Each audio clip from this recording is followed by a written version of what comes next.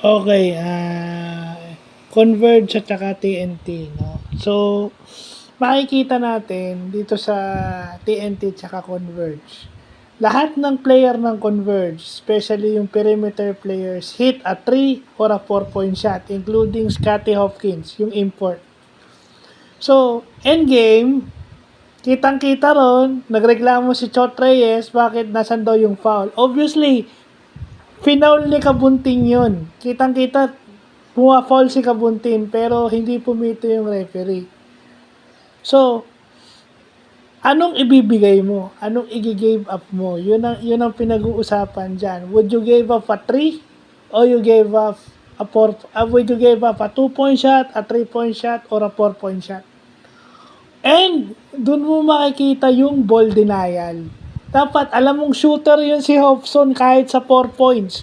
Shooter siya from long range. Bakit mo siya patatanggapin ng bola? O kahit sa mid-range.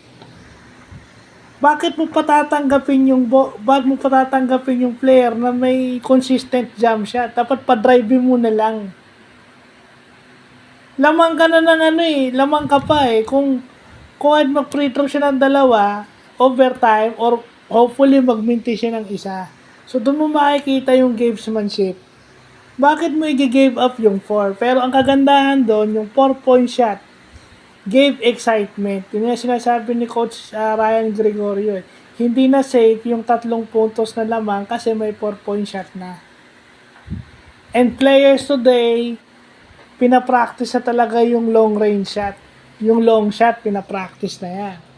So, yung 4-point play, yun ang nagpanalo sa Converge. Pero, sino ang tumira nun?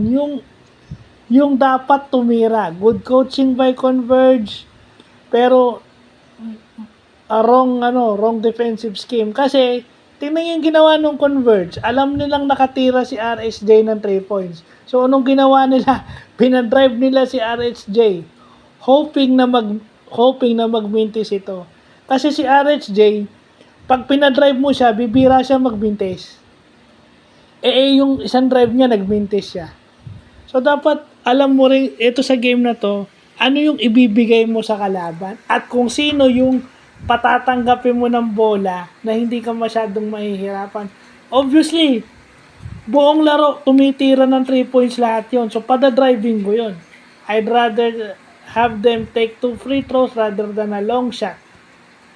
Or I'd rather have them a 2-point shot rather than a 3-point shot or a 4-point shot. So, yun yung makikita natin, no, yung excitement ng 4-point shot na hindi